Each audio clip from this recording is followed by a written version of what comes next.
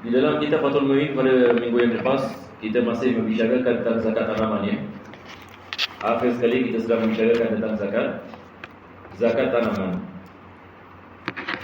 Jadi insyaAllah pada hari ini kita meneruskan daripada mana kita berhenti. Penulis ada memberikan beberapa misal bagi tanah wakaf. Jadi insyaAllah saya rasa kita baca sekali lagi, walaupun minggu lepas kita dah membicarakan sebanyak daripadanya.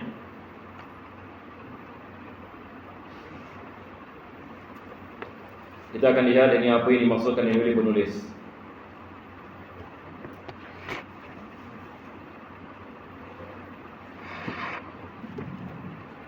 Bismillahirrahmanirrahim, muka surat 11.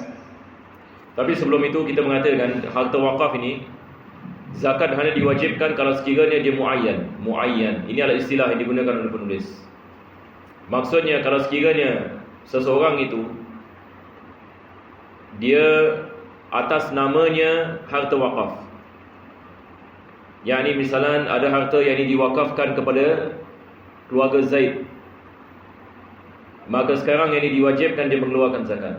Tapi kalau sekiranya harta wakaf itu bukan muayyan, maksudnya diwakafkan bagi fakir dan miskin, ini tidak ada zakat ke atasnya. Jadi zakat hanya diwajibkan kalau sekiranya pemiliknya ditentukan ataupun orang yang diwakafkan kepadanya diketahui, dikhususkan, baru kita mengatakan diwajibkan zakat. Ini akhir sekali kita membicarakan pada minggu yang lepas. Nah, Peringatan. Muka surat apa Ustaz? Muka surat 11. Okey. Peringatan sebab mengikuti Al-Majmu' dalam Hashiyah Ridha, Imam Jalal Al-Pulqni berkata, sesungguhnya penghasilan dari bumi yang dimiliki atau diwakafkan kepada orang tertentu apabila bibitnya diambil dari harta pemiliknya atau penerima wakaf, maka baginya wajib mengeluarkan zakat hasil bumi tersebut. Sekarang ini penulis yang beliau mengatakan hasil ini daripada tanah yang diwakafkan ataupun tanah yang dimiliki. Adakah yang ini diwajibkan kita mengeluarkan zakat? Yang ini misalnya kita ada tanah dan pemilik tanah ini dia menanam sesuatu. Dia menanam ini sesuatu. Sama ada ini adalah tanah miliknya ataupun diwakafkan atasnya. Maka hasil daripada bumi ini diwajibkan dia mengeluarkan zakat. Diwajibkan ini dia mengeluarkan zakat. Boleh insya-Allah. Jadi ini adalah misal tanah yang mana tanah tersebut ini kita menanam ini sesuatu. Jadi hasil daripada tanah ini, kalau sekiranya ia sampai kepada nisab, maka diwajibkan kita mengeluarkan zakatnya. Nah, teruskan. Apabila bibitnya itu dari harta pengarap tanah, dan di sini kita membolehkan mukhabarah, maka bagi pengarap itu wajib mengeluarkan zakat hasil bumi bahagiannya. Jadi sekarang kita ada beberapa keadaan di sini ya. Satu orang ini misalnya dia memiliki tanah. Selepas itu dia menanam benihnya. Pemilik tanah menanam benihnya. Tadi kita mengatakan hasil daripada tanaman ini diwajibkan dia mengeluarkan zakat. Ini tidak ada masalah. Misal yang kedua, penulis mengatakan kalau sekiranya kita ada pemilik tanah dan kita ada, lepas itu kita ada amil, orang yang bekerja di atas ini tanah tersebut. Kalau sekiranya mereka melakukan akad mukhabarah. Apa yang ini akad mukhabarah? Yang ini maksudnya saya misalnya ini saya ada tanah, tapi saya tak tahu macam mana nak cuduk tanam. Kawan saya Hasan sebagai misal, dia mahir, tapi dia tak ada tanah. Tapi saya ada tanah, tapi tak tahu macam mana nak cuduk tanam. Kawan saya ini mahir, dia ada 20 tahun experience, 30 tahun experience. Dia tahu macam mana nak melakukan cuduk tanam. Jadi saya mengatakan kepada Hasan, beginilah Hasan, engkau tanam ini atas tanah ini, lepas itu hasilnya kita bagi dua. Hasil daripada tanah itu kita bagi dua. Jadi satu bahagian bagi siapa? Pemilik. Lagi satu bahagian ini bagi orang yang bekerja di atas tanah tersebut. Ini adalah akad yang dikenali sebagai mukhabarah. Pendapat yang mu'tamad dalam mazhab Syafi'i, atau perlu tulis ini. Pendapat mu'tamad dalam mazhab Al-Syafi'i, tidak sah akad ini, tidak boleh. Tetapi ada khilaf. Itu sebab penulis mengatakan ikut kepada pendapat yang membolehkan mukhabarah. Apa dia mengatakan? Ya ni, kalau kita lihat dari istilah dia dalam bahasa Arab ini, pertama sekali dia mengatakan fa in kana al-badru min malil 'amil wa jawazna al-mukhabarata. Ini apabila bibitnya itu daripada tanah pengarap. Pengarap tanah ini adalah orang yang bekerja di atas tanah, ya. Dan di sini kita membolehkan mukhabarah. Maksudnya ala qaul. Kalau kita mengambil pendapat yang membolehkan mukhabarah. Jadi sekarang kalau kita membolehkan mukhabarah, apa maksudnya? Maksudnya kita ada pemilik tanah, lepas itu kita ada orang yang beramal atas tanah itu, maka hasilnya siapakah yang diwajibkan mengeluarkan zakat sekarang? Yang diwajib mengeluarkan zakat adalah amil. Yani orang yang bekerja yani di atas tanah tersebut. Boleh faham insya-Allah? Jadi orang yang memiliki tanah tidak diwajibkan mengeluarkan zakat. Siapa yang mengeluarkan zakat? Al-amil, yang bekerja, yang menanam benih itu. Yang menanam benih, dia yang mengeluarkan zakat. Pemilik tanah tidak mengeluarkan zakat. Tapi kalau sekiranya pemilik tanah menanam benih, siapa yang keluarkan zakat? Pemilik tanah ini akan datang. Nah, kita baca dulu. Sedang pemilik tanah tidak wajib menzakati bahagiannya. Nah, tidak wajib bagi pemilik tanah menzakati bahagiannya, tetapi diwajibkan bagi amil ini untuk menzakati bahagiannya. Ayo. Kerana yang diterima itu adalah merupakan sewa bumi. Nah, dia ibarat dari saya memiliki tanah, saya sewakan kepada orang lain. Saya memiliki tanah, saya menyewakan kepada orang lain. Maka hasil ini daripada tanah tersebut diambil ini oleh orang yang menanamnya. Tapi saya collect duit sewa daripada tanah, saya menyewakan tanah. Ibarat dari saya menyewakan tanah, dari saya dapat duit sewa. Betul ke tidak? Tetapi hasilnya itu hasil kembali ini kepada orang yang menanamnya. Nah, kalau bibit itu dari pemilik tanah, lalu bibit di sini maksudnya yang menanam benih, ya. Hasilnya Bukan, yang menanam benih, al-badr. Maksudnya yang menanam. Siapa yang tanam? Sekarang kita ada tanah. Misalnya saya ada tanah. Tamam? Saya ada tanah dan saya menanam benihnya. Jadi benihnya daripada saya. Jadi soalannya sekarang, benih daripada siapa? Adakah benih daripada pemilik tanah ataupun daripada amil? Amil maksudnya orang yang bekerja di atas tanah, farmer. Nampak tak? Jadi sekarang soalannya adalah siapa yang menanam? Siapa yang menanam? Orang yang menanam itu diwajibkan zakat ke atasnya. Itu ceritanya. Jadi tadi kita mengatakan yang menanam siapa? Amil kan? Amil. Kalau kita mengatakan mukhabarah dibolehkan, mengikut kepada pendapat yang marjuh dalam mazhab, kita mengatakan yang diwajibkan mengeluarkan zakat adalah amil, bukan pemilik tanah. Amil ini yang menanamnya, bukan ini pemilik ini tanah. Melainkan kalau pemilik tanah menanamnya, dia mengeluarkan zakat. Ayo. Sekarang pula misal yang berbeza. Kita baca lagi sekali. kalau bibit itu dari pemilik tanah, lalu sebahagian hasilnya ia berikan kepada pengarap, maka pengarap tidak wajib menzakati. Sekarang beza misalnya begini. Siapa yang menanam benih? Pemilik tanah. Lepas itu pemilik tanah mengatakan kepada pekerja amil ini, mengatakan awak jaga tanah ini, jaga. Yang ini dari tiap-tiap hari dia akan air, water dia, pastikan tanaman semua bagus dan sebagainya sampai harvest. Jadi pemilik tanah mengatakan kepada amil, gaji awak punya gaji adalah sebahagian daripada hasil. Awak punya gaji adalah sebahagian daripada hasil bumi ini. Nampak tak? Ini dikenali sebagai muzara'ah. Jadi dia punya gaji daripada hasil yang di bumi ini. Sekarang siapa diwajibkan mengeluarkan zakat? Adakah diwajibkan mengeluarkan zakat pemilik tanah ataupun pekerja? Pekerja mengatakan saya hanya bekerja ini di atas bumi ini. Saya bukan tanam ini, bukan saya yang tanam. Tapi saya setakat bekerja dan gaji saya daripada hasil bumi. Jadi sekarang kita mengatakan yang diwajib mengeluarkan zakat adalah pemilik tanah, bukan bekerja. Nah, Kerana yang ia terima itu sebagai upah pekerjaannya. Nah, jadi tidak diwajibkan dia mengeluarkan zakat.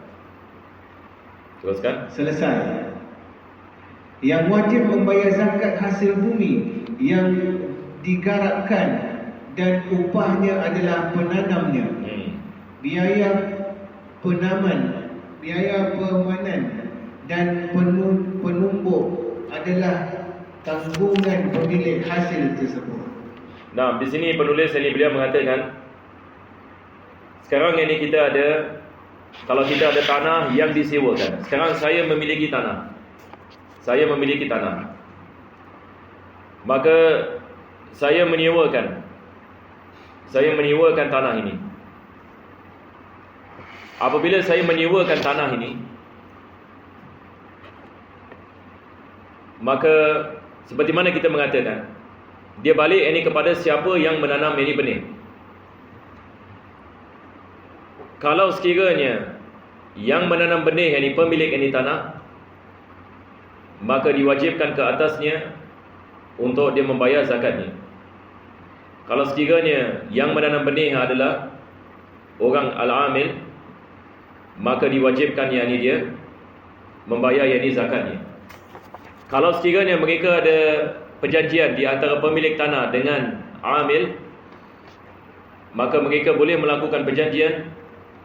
Maka perjanjian yang tersebut kita mengatakan bagi pekerjaan-pekerjaan untuk harvest dan alat-alat ini kesemuanya daripada pemilik ini tanah.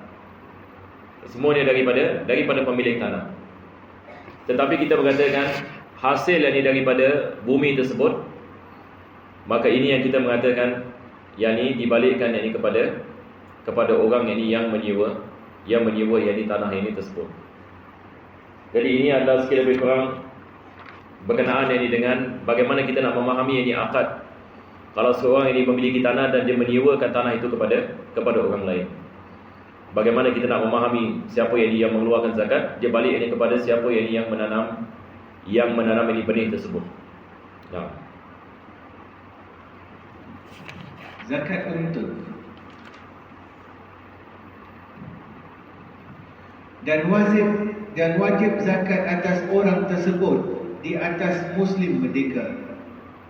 Untuk setiap 5 ekor unta, zakatnya seekor kambing kibas. Jadi sekarang kita dah habis membicarakan tentang zakat tanaman.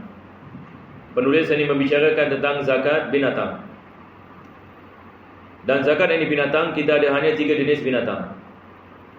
Pertama sekali kita ada unta, kedua kita ada lembu, ketiga kambing. Maka dalam mazhab Imam Syafi'i hanya 3 jenis ini binatang saja diwajibkan zakat. Jadi penulis ini memulakan dengan membicarakan zakat ini bagi unta. Dan berkenaan dengan unta, nisabnya bermula dengan 5 unta.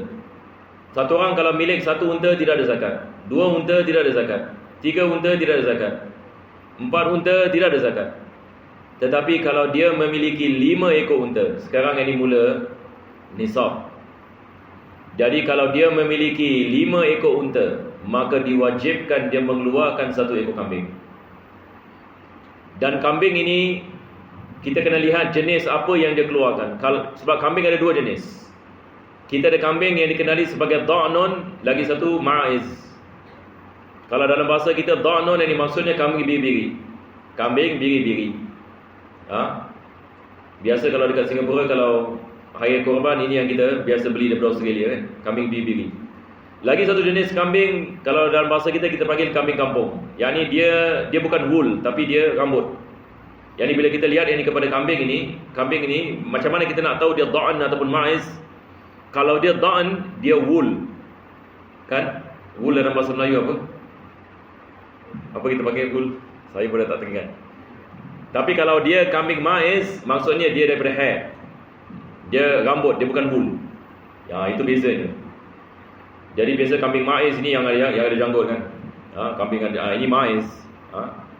Jadi kalau sekiranya dia dha'an, beza ni adalah kalau dia biri-biri wajib setahun. Dia mesti setahun. Tidak boleh kurang daripada setahun.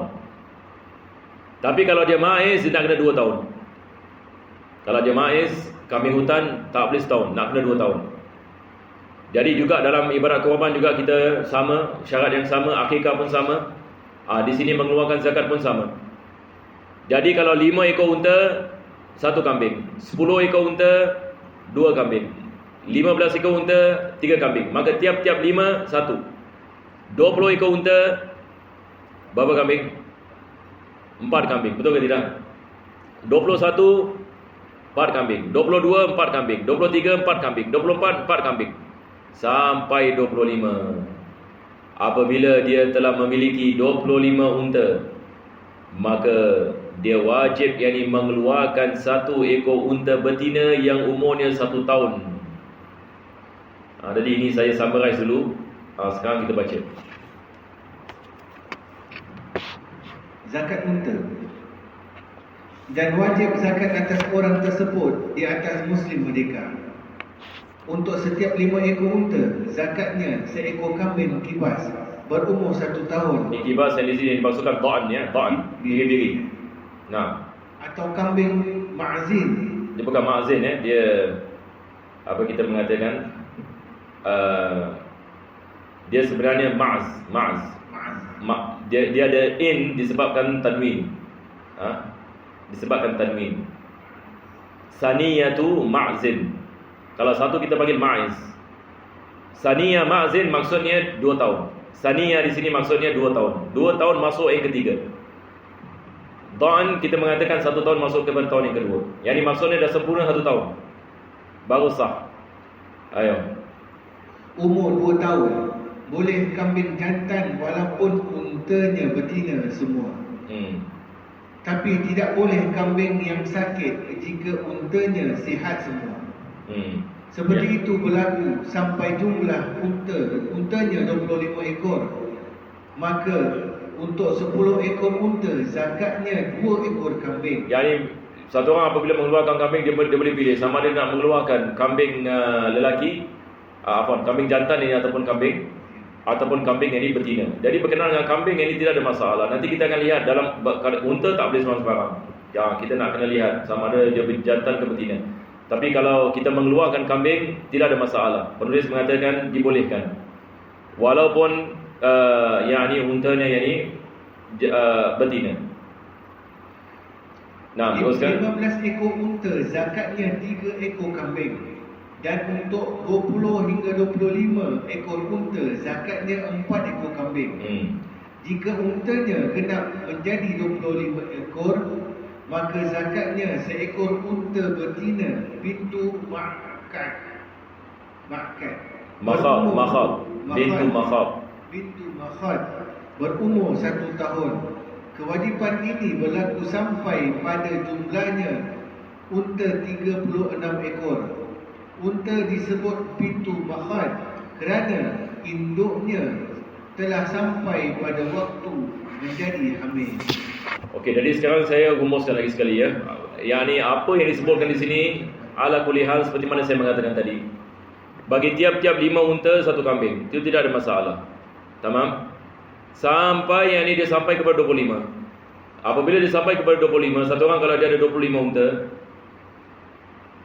maka diwajibkan dia mengeluarkan 1 ekor unta betina yang umurnya 1 tahun masuk kepada tahun yang kedua.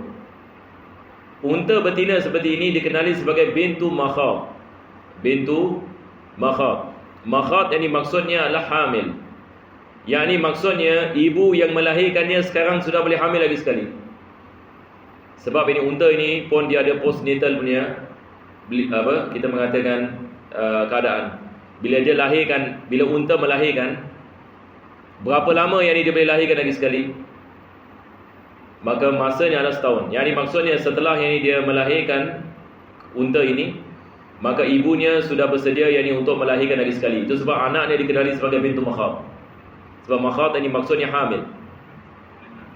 Nah, jadi apabila dia sampai kepada 25, wajib dia mengeluarkan 1 ekor unta betina. Mesti wajib betina, tak boleh jantan.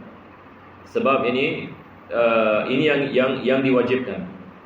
Jadi berkenaan dengan unta ini beza harga di antara unta betina dengan unta jantan. Jadi yang diwajibkan adalah unta betina. Aywa.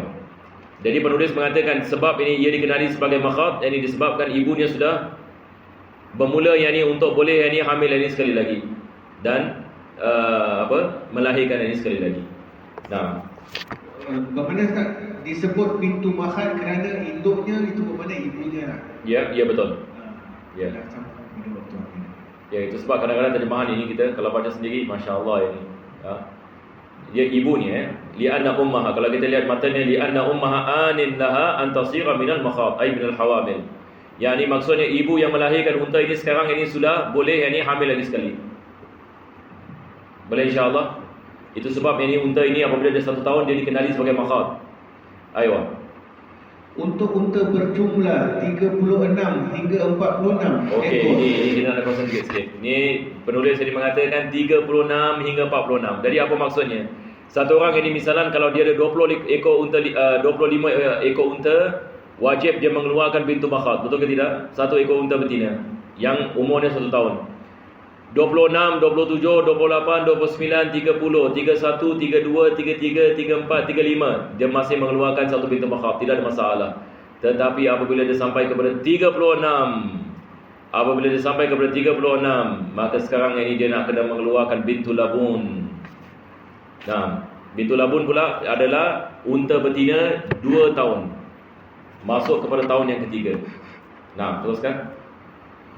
Zakatnya seekor unta betina bintu labun berumur 2 tahun. Jadi beza bintu labun dengan bintu makhat. Bintu makhat 1 tahun, bintu labun 2 tahun. Kenapa ia dikenali sebagai bintu labun? Dia terangkan di sini. Dinamakan bintu labun sebab induknya telah sampai pada waktu melahirkan yang kedua kalinya dan mempunyai banyak air susu. Jadi sekarang ini unta ini apabila dia lepas 1 tahun, dia sudah boleh hamil sekali lagi. Apabila 2 tahun, yakni dia sudah hamil yang kedua, dia sudah lahirkan yang kedua. Dan unta seperti ini ada banyak yakni susu padanya, maka ia dikenali sebagai bintu labun. Bintu labun sebab ibunya sudah yakni melahirkan yang kedua. Dan ibunya yakni mempunyai susu yakni untuk menyusukan anak-anaknya. Jadi kita memanggil unta 2 tahun ini bintu labun. Boleh faham insya-Allah ya? Bintu labun. Labun ini balik kepada laban. Apa maksud laban?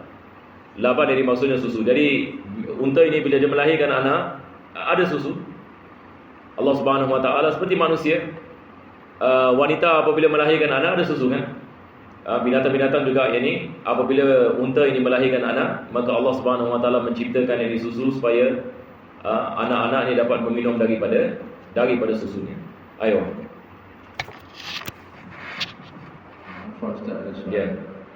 Jadi 25 dia tulis 20 sampai 25 ekor unta, zakatnya 4 ekor kambing. Bukan. Mana? Yang mana? Backtrack sikit. Yang sebelum 15. Okey, dan untuk 20 hingga 25 ekor unta, zakatnya 4 ekor kambing. nanti sekejap. Nah, mata teruskan dulu. Tapi bila untanya genap menjadi 25 ekor, maka zakatnya unta betina bintu makhat. Dia sebenarnya begini. Kalau sekiranya dia belum sampai 25, diwajibkan 4 ekor kambing. Tapi kalau sekiranya dia dah sampai kepada 25, diwajibkan 1 ekor unta. Jadi 25 ini dia punya point. Yang diwajibkan 1 ekor unta. Boleh insya-Allah. Jadi maksud ila di sini bila dia mengatakan 20 ila 25, maksudnya dia belum lagi sampai ini kepada 25.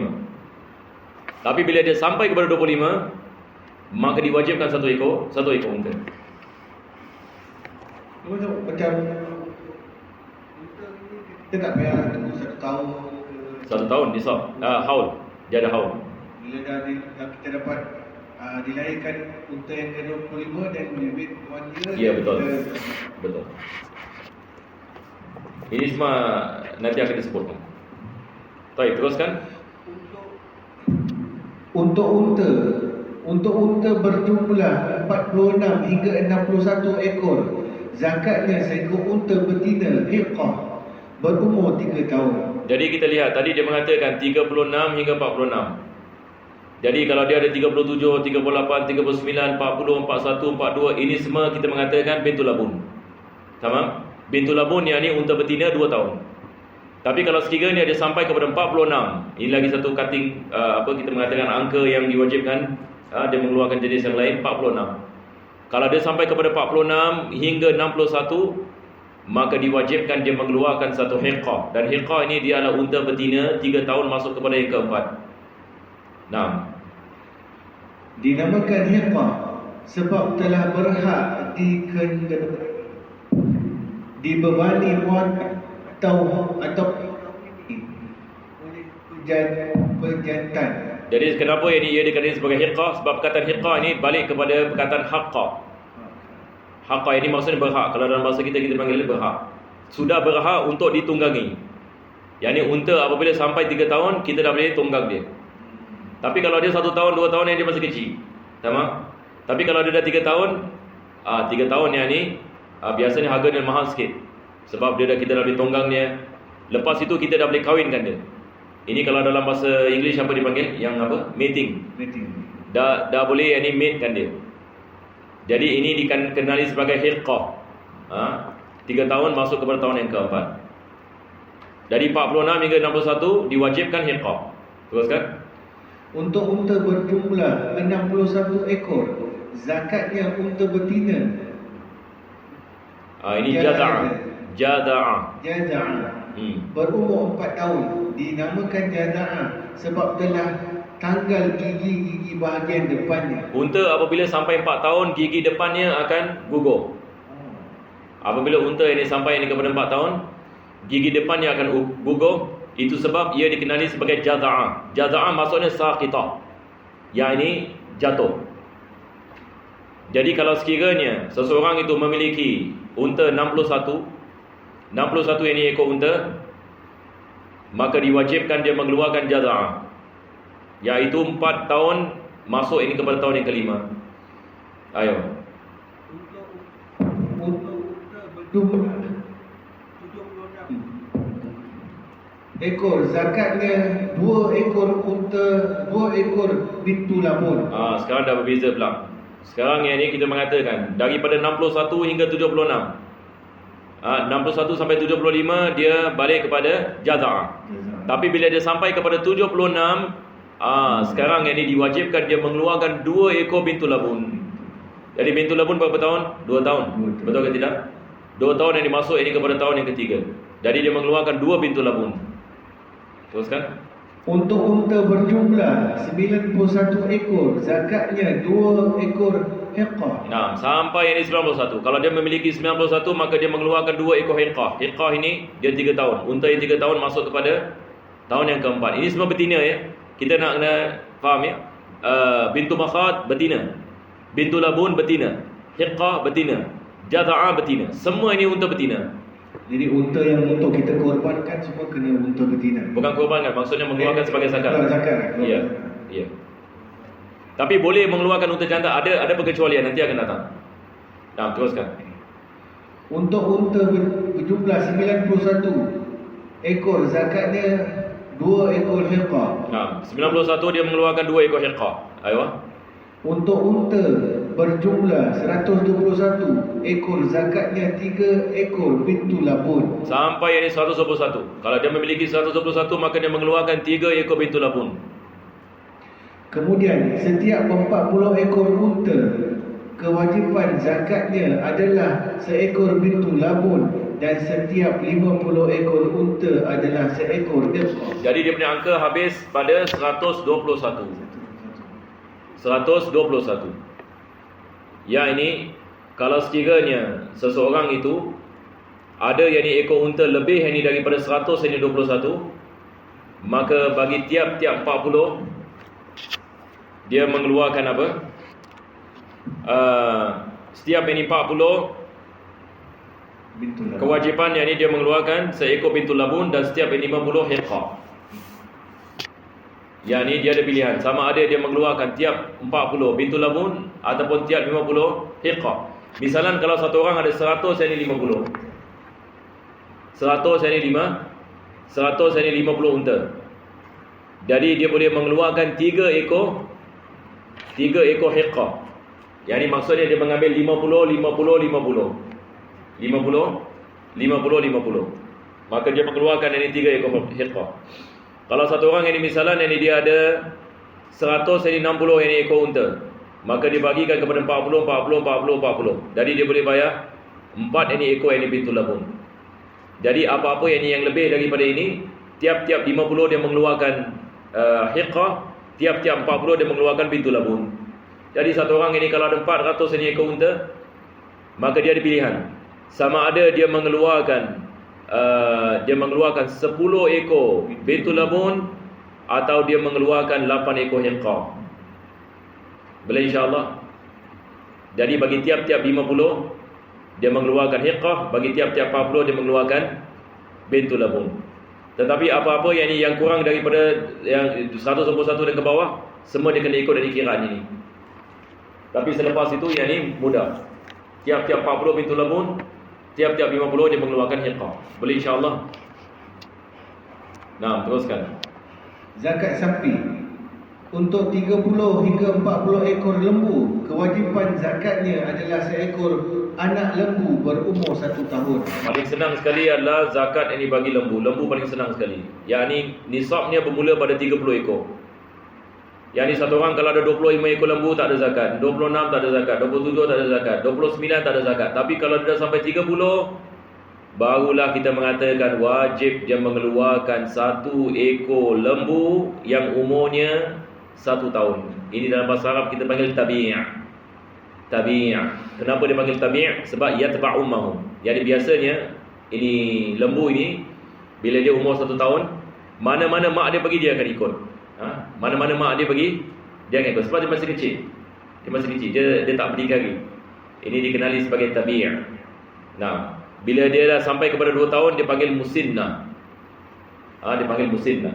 Jadi kalau seseorang itu ada 30, dia mengeluarkan 1 tabi'. Tabi' maksudnya 1 ekor lembu umur 1 tahun. 31, 32, 33, 34, 35 sama tabi'.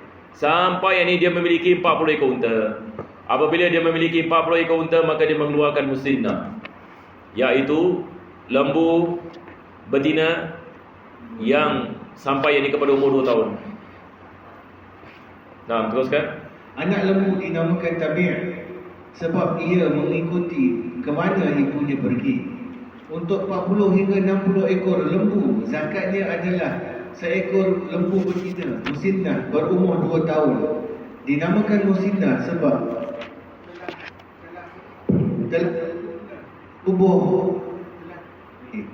telah sempurna giginya tumbuh. Nah, musinnah pula adalah lembu betina yang telah sampai ini kepada umur 2 tahun. Dikenali sebagai musinnah. Musinnah daripada perkataan sin. Sin ni gigi. Maksudnya giginya sudah sempurna tumbuh apabila dia umur 2 tahun. Ia dikenali sebagai musinnah. Maka diwajibkan kita mengeluarkan musinnah. Kalau sekiranya 40 hingga 60. Nah, untuk 60 ekor lembu, zakatnya 2 ekor tabi'.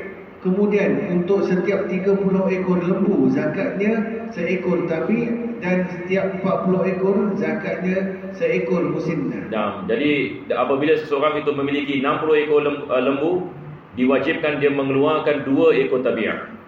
Selepas itu pada tiap-tiap 30 dia mengeluarkan tabi', pada tiap-tiap 40 dia mengeluarkan musinnah. Dan ini yang paling senang sekali. Boleh insya-Allah. Jadi apa-apa yang lebih 60, semua yang ini kita lihat. Bagi tiap-tiap 30 tabi', bagi tiap-tiap 40 musinnah. Boleh insya-Allah. Jadi kalau dia ada 120 ekor lembu, macam mana dia nak keluarkan? Kita bagikan yang ni 30 ataupun 40. Ataupun dia boleh mengeluarkan misalan kalau dia ada 120 ya.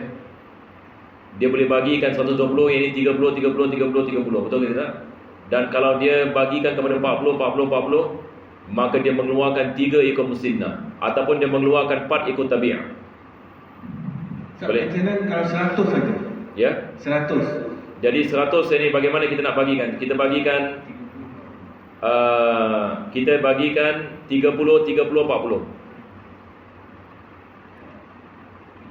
Sebab kita tak boleh 40, 40 lepas tu 20. Sebab kita boleh bagikan. Kita ada 30, 30 dan 40. Jadi kita mengeluarkan 1 ekor musinnah, 2 ekor tabi'ah.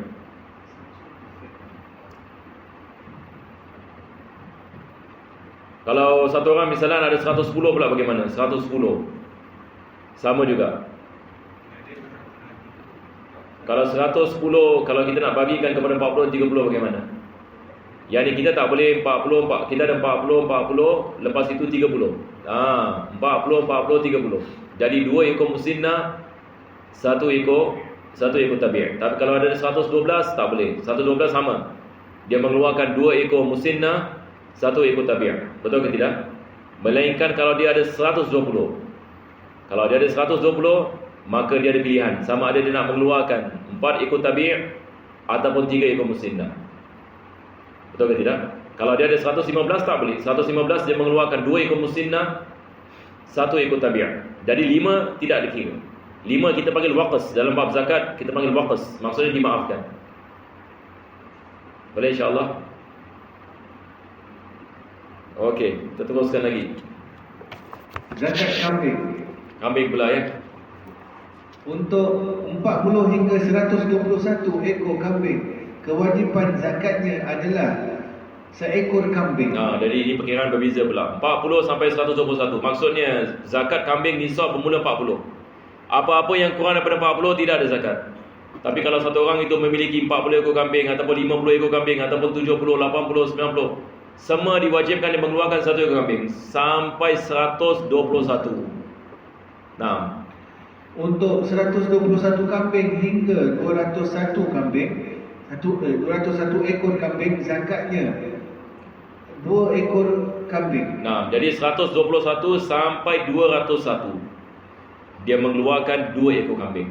Jadi kalau dia ada 150 kambing, dia mengeluarkan 2 ekor kambing. Dia ada 190 kambing, dia mengeluarkan 2 ekor kambing. Jadi 200 ekor kambing, dia mengeluarkan 2 ekor kambing sampai yang ini 201. Nah, untuk 201 hingga 300 ekor kambing, zakatnya 3 ekor kambing. Jadi apa-apa yang lebih daripada 201 dan lebih, dia mengeluarkan 3 ekor kambing sampai 300. Selepas itu bagi tiap-tiap 100, dia mengeluarkan 100 ekor kambing. 1 ekor kambing bagi tiap-tiap 100. Untuk 400 ekor untuk 400 ekor, zakatnya 4 ekor kambing. Nah, jadi sampai 400 dia pakai cutting point 400. Yang ni apabila sampai kepada 400, maka dia mengeluarkan 4 ekor kambing. Selepas itu bagi tiap-tiap 100 1 ekor kambing. Jadi kalau dia ada 500 ekor kambing, 5 kambing. 600 6 kambing dan sebagainya. 650 6 kambing. 699 6 kambing. 700 baru dia mengeluarkan 7 kambing. Apa di antaranya dimaafkan. Ini kita panggil waqas. Ayo. Kemudian untuk setiap 100 ekor kambing, zakatnya seekor kambing kibas berumur 1 tahun atau seekor kambing Jawa berumur 2 tahun. Ini terjemahan lain pula. Tadi dia terjemahan apa dia mengatakan? Yang maiz apa? Jawa juga, kambing Jawa. Boleh saya cek. Kambing Kibas ini kita tahu lah kambing biri-biri. Uduk kacang. Ini Uduk kacang Jawa juga. Ini muka surat berapa ni? Muka surat 12. Zakat untuk unta. Dia mengatakan apa? Dia mengatakan tadi untuk 5 ekor unta, zakatnya seekor kambing kibas berumur 1 tahun atau kambing ma'zin, wedus kacang Jawa. Insya-Allah. Tapi kalau biasa kita mengatakan ni adalah kambing kampung. Kambing kampung. Kambing Jawa susah sikit ya. Kalau orang Arab macam mana ni? Sebab negeri Arab pun ada kambing. Negeri Arab pun ada maiz. Maiz bukan hanya di Jawa saja. mana-mana ada yang kambing. Kambing biasa, kambing hutan ini dia maiz. Kalau dia tinggal kat hutan, dia rambut kan. Dia bukan wool, dia fur. Dia fur. Ini yang kita maksudkan dengan maiz. Selisih di antara dua nisab adalah waqas kemurahan. Jadi dia mengatakan di sini selisih di antara dua nisab waqas. Ini waqas seperti mana saya mengatakan tadi. Yang dimaafkan. Tadi kita mengatakan ini misalan satu orang memiliki 80 ekor kambing. Kita mengatakan 40 ekor kambing wajib dia mengeluarkan 1 ekor kambing. Tapi kalau dia memiliki 80 ekor kambing, berapa dia bayar zakat?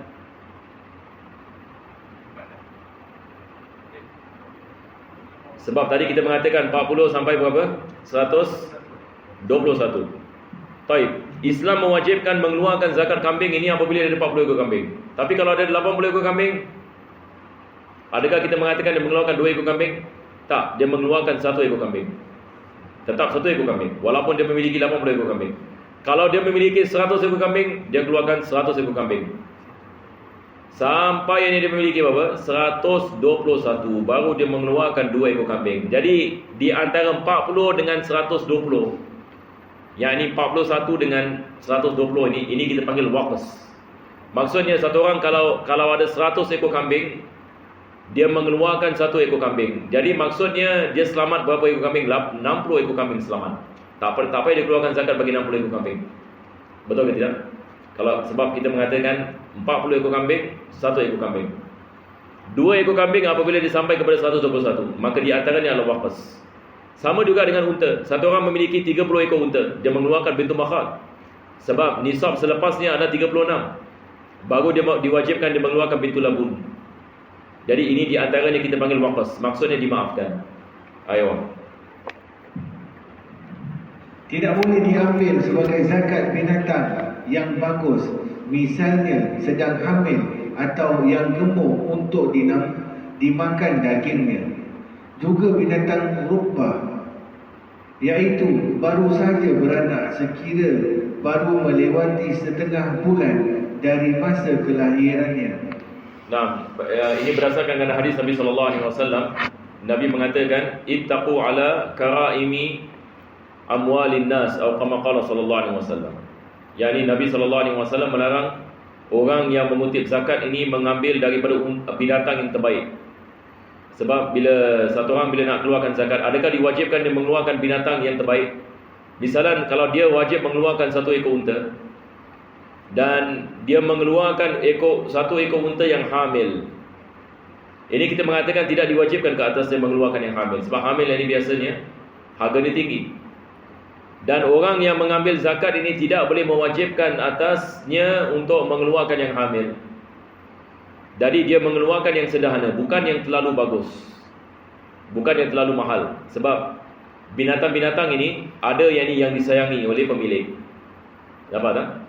Sebab bayangkan kalau kita ada 30 ekor unta, mesti ada yang kita favourite kan. Misalan ada yang ni unta yang dia berbeza sedikit, misalan banyak susu ke, ataupun yang sedang hamil, maka adakah diwajibkan kita mengeluarkannya? Tidak diwajibkan. Melainkan kalau diredai oleh pemilik. Pemilik mengatakan saya nak mendapatkan pahala yang lebih, unta ini memang saya sayang tapi saya mengeluarkannya sebagai zakat. Itu adalah pilihannya. Tetapi tidak diwajibkan ke atasnya ini untuk mengeluarkan yang terbaik. Apa yang diwajibkan adalah dia mengeluarkan yang sederhana. Jadi di sini penulis ini memberikan misal. Daripada misal adalah unta yang hamil, tidak diwajibkan dia mengeluarkan yang unta yang hamil. Begitu juga yang unta yang memiliki banyak daging. Ada yang jenis ini unta badan besar, banyak susu. Ini disayangi oleh pemiliknya, maka tidak diwajibkan dia mengeluarkan sebagai zakat. Kalau dia sekiranya ada unta yang lain, dia boleh mengeluarkan unta yang lain. Begitu juga yang ni baru yang ni lahirkan, maka ini juga tidak diwajibkan dia mengeluarkannya, melainkan kalau diredai oleh pemiliknya. Boleh insya-Allah. Ini semua balik kepada hadis Nabi sallallahu alaihi wasallam berkenaan dengan larangan memaksa orang mengeluarkan binatang yang terbaik. Sebab Islam tidak membebankan perkara ini. Yang penting adalah kita mengeluarkan yang sederhana. Nah, teruskan. Larangan tersebut mengecualikan bila atas kerelaan dari pemiliknya. Nah, sebab Allah Subhanahu Wa Taala mengatakan dalam Al-Quran, "Lan tanalul birra hatta tunfiqu ma tuhibbun." Kamu tidak akan mendapatkan kebaikan yang besar melainkan kamu mengeluarkan harta yang kamu sayangi. Jadi kalau pemilik mengatakan saya nak mendapatkan keridaan Allah, maka saya mengeluarkan unta hamil, masya-Allah. Ini unta hamil biasanya dia punya harga tinggi. Hamil dan ada susu. Jadi dia mengatakan saya nak mendapatkan keridaan Allah Subhanahu Wa Taala. Ini tentu sekali lebih manfaat bagi orang miskin. Orang miskin bila dapat unta hamil, masya-Allah. Yani gembira mereka. Jadi kalau orang mengatakan dia nak keluarkan dengan kerelaan hatinya, tidak ada masalah. Dia mendapatkan pahala di sisi Allah, tetapi ia tidak diwajibkan ke atasnya. Ustaz, bila kita keluarkan zakat dekat unta kita, mestikah kita keluarkan zakat daripada unta kita sendiri ataupun kita boleh beli unta orang? Kita boleh beli. Apa yang diwajibkan adalah kita mengeluarkan jenisnya. Yakni kalau diwajibkan kita mengeluarkan bintu makhat, wajib kita mengeluarkan bintu makhat ataupun yang atasnya. Kalau kita tidak ada bintu makhat, kita ada bintu labun, kita mengeluarkan bintu labun tapi kita mengambil compensation. Ini semua akan datang. Jadi penulis akan ajarkan kepada kita, kalau kita tidak ada unta, kita boleh mendapatkan compensation dalam bentuk wang.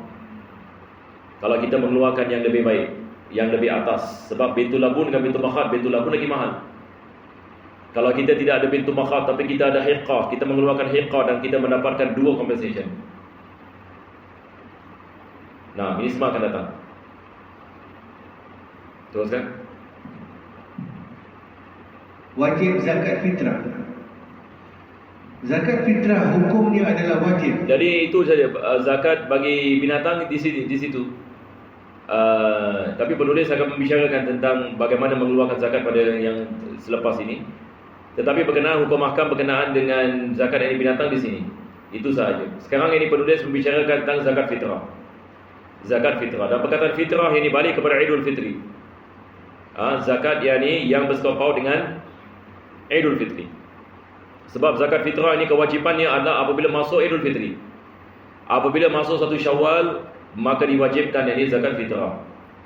Nah, teruskan. Zakat fitrah hukumnya adalah wajib. Disebut zakat fitri sebab kewajipannya kerana telah berbuka puasa akhir Ramadan. Difardukan sebagaimana puasa Ramadan pada tahun kedua Hijrah. Nah, disebutkan dari zakatul fitr disebabkan kita berbuka. Idul Fitri juga membawa maksud perayaan yang dibagi berbuka puasa. Perayaan bagi berbuka puasa. Sebab kita sudah berbuka dan kita dah tak puasa lagi. Maka kita merayakan kebahagiaan ini dan mensyukuri akan nikmat Allah Subhanahu Wa Taala yang Allah telah memberikan kepada kita daripada makanan dan minuman. Maka itu sebab ini hari raya Idul Fitri dikenali sebagai Idul Fitri. Sebab fitr maksudnya berbuka. Jadi zakat fitrah dia bersangkut paut dengan fitr, dengan berbuka. Sebab apabila kita berbuka pada hari terakhir daripada bulan Ramadan, sekarang masanya kita bayar zakat. Kewajipan zakat bermula setelah kita berbuka. Setelah ini kita berbuka daripada puasa ini Ramadan. Ini adalah berkenaan dengan bila masuk kewajipan membayar zakat fitrah. Ayo. Perkataan Ibnu Labban bahawa zakat fitrah tidak wajib adalah keliru. Sebagaimana diterangkan dalam Ar-Rawdah. Nah, jadi penulis mengatakan tahun kewajipannya sama dengan tahun kewajipan puasa. Puasa diwajibkan pada tahun 2 Hijrah. Begitu juga dengan zakat fitrah. Selepas itu penulis menukilkan satu pendapat yang sangat lemah sekali yang mengatakan zakat fitrah tidak wajib. Bahkan kita mengatakan zakat fitrah adalah wajib. Dan Al-Imam Nawawi dalam kitab Rawdah mengatakan ini adalah perkara yang tidak betul. Yang mengatakan zakat fitrah ini tidak wajib. Imam Waqi berkata zakat fitrah terhadap bulan Ramadan adalah bagaikan sujud sahwi terhadap solat. Ia menambal kekurangan puasa sebagaimana sujud sahwi menambal kekurangan solat. Nah, Al-Imam Ibn Munzir dalam mengatakan ada ijma' ini ulama berkenaan dengan kewajipan zakat fitrah. Jadi apa yang disebutkan oleh Syekh Al-Laban yakni tidak betul. Tidak yakni betul apabila beliau mengatakan ia tidak diwajibkan, maka ia melanggar dengan ijma'. Selepas itu penulis beliau menukilkan apa yang disebutkan oleh Al-Imam Waqi' bin Jarrah. Ini adalah guru kepada Imam Syafi'i ya. Maka beliau mengatakan zakat fitrah bagi bulan Ramadan ada seperti sujud sahwi bagi salat. Apa maksudnya? Sujud sahwi ini kita melakukan sebab menampalkan kekurangan yang kita melakukan dalam salat. Maka zakat fitrah menampalkan kekurangan yang kita melakukan dalam bulan puasa. Ayo. Perkataan ini dikuatkan oleh hadis sahih yang menyatakan bahawa zakat fitrah itu membersihkan orang puasa dari hal yang tiada gunanya dan keji. Nah, ini berdasarkan dengan hadis Nabi sallallahu alaihi wasallam apabila Nabi menyifatkan puasa ini sebagai penyucian bagi orang yang berpuasa daripada perkara-perkara yang keji. Bahawa zakat fitrah zakat fitrah dia mensucikan. Zakat fitrah mensucikan orang yang puasa daripada perkara-perkara keji yang dia telah melakukan semasa dia puasa. Maka dengan kita membayar zakat fitrah, maka dia menampalkan kekurangan yang kita melakukan semasa kita berpuasa. Ayo. Zakat fitrah wajib atas orang merdeka. Maka bagi hamba sahaya tidak wajib mengeluarkan zakat dirinya sendiri, tetapi menjadi kewajipan tuannya. Nah, ia wajib ini atas orang merdeka, tidak diwajibkan atas hamba. Tapi kalau satu orang memiliki hamba, dia wajib mengeluarkan zakat fitrah bagi hambanya. Tapi bagi hamba tidak diwajibkan dia mengeluarkan zakat fitrah bagi dirinya. Teruskan. Tidak wajib pula memfitrahi isterinya. Nah, yakni seorang hamba tidak wajib membayar fitrah ini bagi isterinya. Nah, sebab hamba ini kalau berkahwin. Kalau dia berkahwin. Nah. Bahkan kalau ia seorang amat, maka amat di sini maksudnya amah ya. Amah maksudnya hamba perempuan.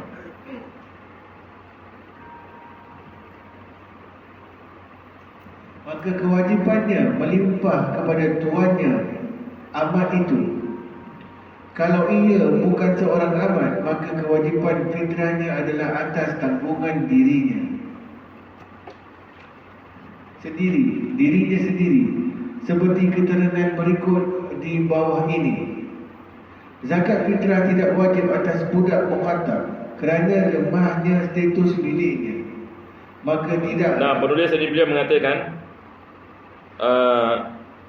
kalau sekiranya seseorang itu bukannya ni hamba, maka diwajibkan dia membayar zakat fitrah ini atas dirinya. Yang ni seorang ini isteri ini misalnya, kalau sekiranya dia seorangan, maka diwajibkan dia bayar fitrah ini atas dirinya sendiri. Tapi kalau dia seorang amah ataupun hamba, lelaki ataupun perempuan, tidak diwajibkan zakat fitrah melainkan ini ke atas tuan mereka. Nah, teruskan kewajipan.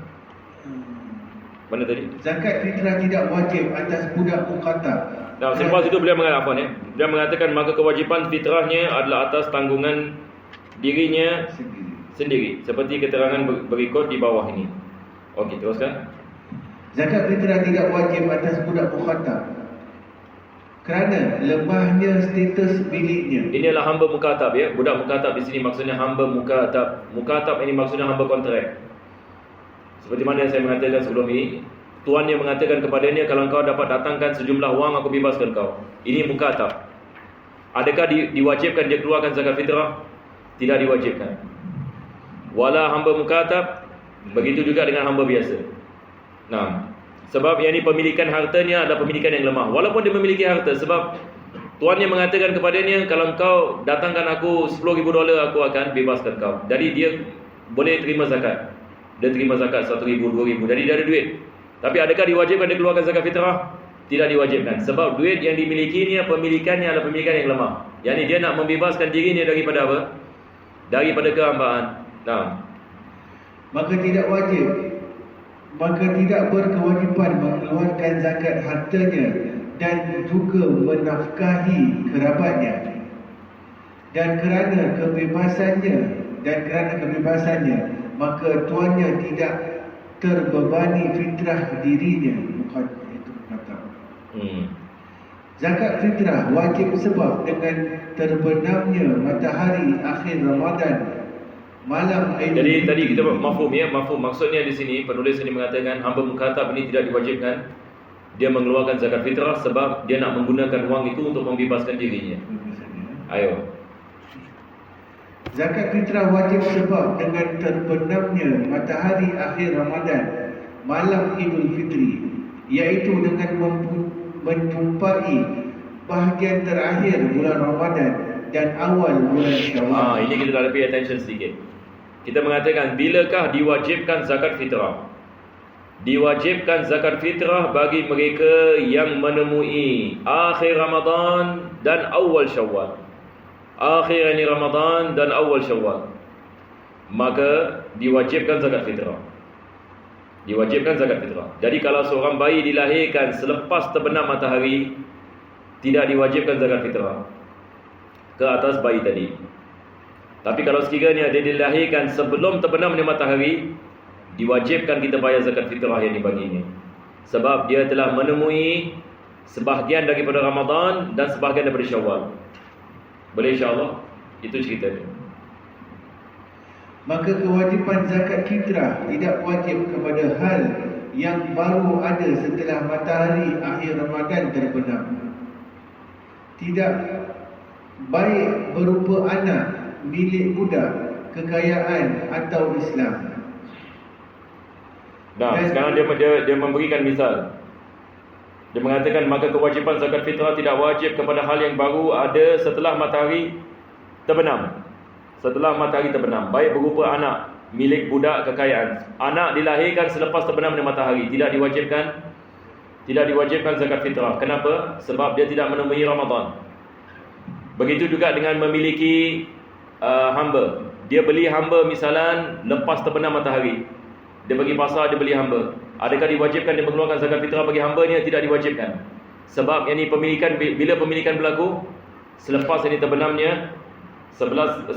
terbenamnya matahari. Yang ketiga adalah kekayaan. Yang ini maksudnya sebelum terbenamnya matahari dia miskin pepekadana. Yang ini tidak ada harta. Tetapi lepas terbenamnya matahari baru jadi kaya. Adakah diwajibkan dia mengeluarkan zakat fitrah? Kita mengatakan tidak diwajibkan. Sebab sebelum ini dia miskin. Dia tidak ada harta sama sekali. Ayo. Jadi dia mengatakan apa? Dan juga tidak menjadi gugur dari yang baru terjadi setelah ini matahari tersebut terbenam, baik berupa kematian, kemerdekaan ini budak, perceraian maupun berupa sesuatu yang menghilangkan status ini pemilikannya. Dari sekarang ini beliau mengatakan kalau dia berlaku yang ini selepas terbenamnya matahari daripada kelahiran, kita mengatakan tidak diwajibkan. Begitu juga dia menikahi selepas terbenamnya matahari, tidak diwajibkan dia mengeluarkan zakat fitrah bagi isterinya. Betul ke tidak? Sebab dia berkahwin selepas terbenam matahari. Nampak? Kalau dia berkahwin sebelum terbenam matahari, diwajibkan dia bayar zakat fitrah. Diwajibkan dia bayar zakat fitrah bagi isterinya. Tapi kalau selepas, tidak diwajibkan. Begitu juga memiliki hamba seperti mana kita mengatakan. Baik berupa kematian, Ustaz. Lepas itu dia mengatakan kalau sekiranya seseorang meninggal dunia selepas terbenamnya matahari pula bagaimana? Ini beza sedikit. Satu orang ini dia meninggal dunia selepas terbenamnya matahari. Adakah diwajibkan dia bayar zakat fitrah? Yang ini maksudnya ahli waris membayarkan zakat fitrah baginya, diwajibkan. Sebab sekarang ini kewajipan zakat fitrah terkena kepada ini.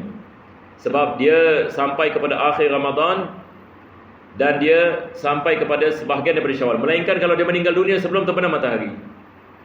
Kalau satu orang meninggal dunia sebelum terbenam matahari, tidak diwajibkan zakat fitrah. Yang ini maksudnya kita tak perlu mengeluarkan daripada kita tak perlu membayarkan zakat fitrah baginya. Ahli waris tidak perlu membayarkan. Sebab ini belum lagi sampai kepada kewajipan. Begitu juga kalau memerdekakan. Satu orang ini memerdekakan hamba. Dia memerdekakan hamba misalnya kalau sebelum ini terbenam di matahari, maka tidak diwajibkan dibayar zakat fitrah bagi hamba. Tapi kalau dia memerdekakan selepas terbenam di matahari, diwajibkan dibayar bagi hamba. Begitu juga dengan adanya talak. Kalau seorang suami menceraikan isterinya sebelum terbenam di matahari, tidak diwajibkan dibayar zakat fitrah baginya. Tapi kalau selepas terbenam matahari dia menceraikan, maka diwajibkan dia membayar zakat fitrah bagi isterinya. Dan begitu juga dengan pemilikan. Yang ini dia beli hamba misalnya. Kalau dia beli selepas terbenam matahari, tidak diwajib dibayar zakat fitrah. Kalau dia beli hamba sebelum terbenam matahari, diwajibkan dibayar zakat fitrah. Wallahu a'lam, ini bisawab. Lebih baik kita berhenti di sini. Sebelum ini kita terjejak terbabas ini waktu. Tapi saya rasa boleh faham insya-Allah ya. Tapi memang challenging ya, benda-benda seperti ini. Masya-Allah, saya lihat orang pun dah ngantuk ya. Ini kira mujahadah. Ini kira kelas lawan nafsu je kelas. Ini bukan main-main. 1 jam setengah ya. Daripada pukul 8.30 tadi kita mula. Setengah jam dakwah utama, 1 jam batul muin. Masya-Allah, mujahadah. InsyaAllah pahala lebih banyak mujahadah. Lebih banyak pahala. Anggaplah ia sebagai ibadah. Ustaz, di terjemahan dia tak ada nikah, Ustaz. Itulah. Sebab saya baca daripada saya terjemahkan daripada bahasa Arab. Sebab kalau saya nak baca daripada bahasa Melayu kadang-kadang saya pun pening. Macam Melayu dia. Hati sekejap. Betul soal apa tadi? 16 daripada Masih dia mengatakan ada anak. dan juga tidak boleh digugur dari yang baru terjadi setelah matahari. Maka kewajipan zakat fitrah tidak wajib kepada Maka kewajipan zakat fitrah tidak wajib kepada hal yang baru ada setelah matahari akhir Ramadan terbenam, baik berupa anak, milik budak, kekayaan ataupun Islam. Nikah dia tak sebut. Dia tak sebut nikah. Dia patut berupa anak, pernikahan. Dia kita tambah. Boleh kita tulis di situ. Selepas berupa anak kita tulis pernikahan. Pernikahan, milik budak. Kekayaan dan Islam. Dan juga tidak boleh digugur dari yang baru terjadi setelah matahari tersebut terbenam, baik berupa kematian, kemerdekaan budak, penceraian, maupun berupa sesuatu yang menghilangkan status miliknya. Okey, ini betul.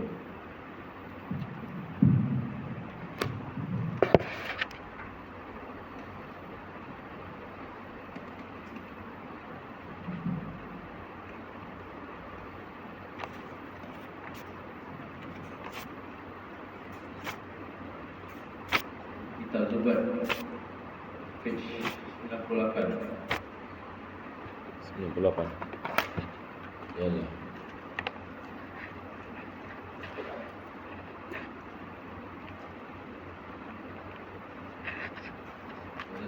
Teruskan.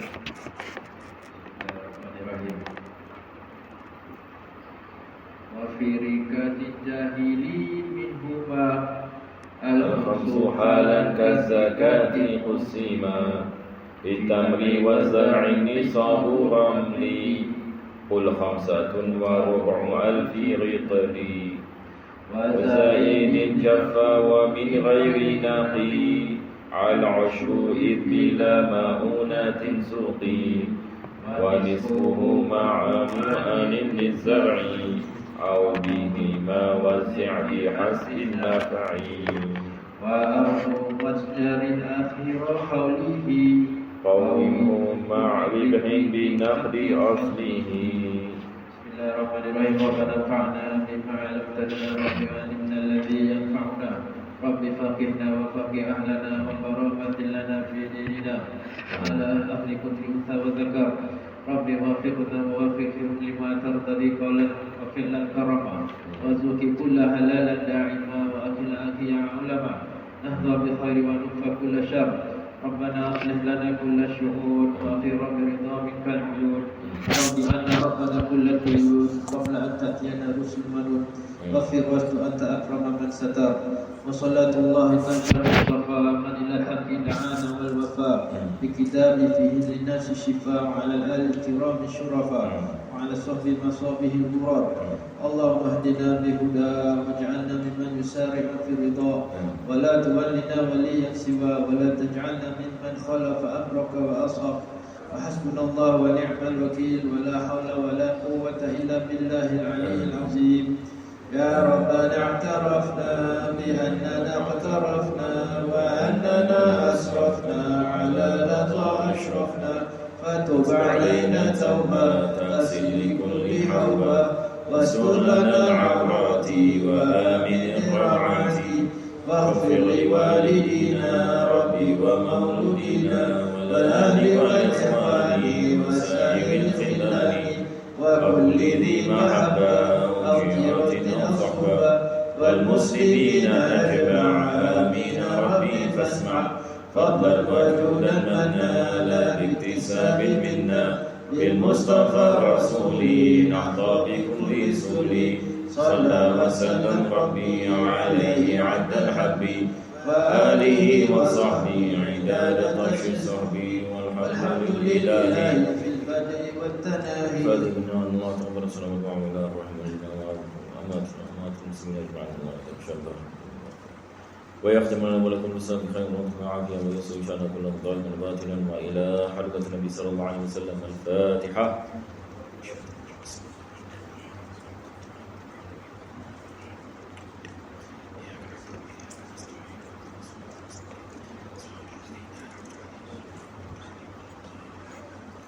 ونتقبل معنا إنك تسمع علينا تب علينا إنك تتواب الرحيم واختم الصالحات عملا أجمل الله يكرم فضل سبحان ربك رب العزة عما يصفون سلام على المرسلين الحمد لله رب العالمين تقبل الله منكم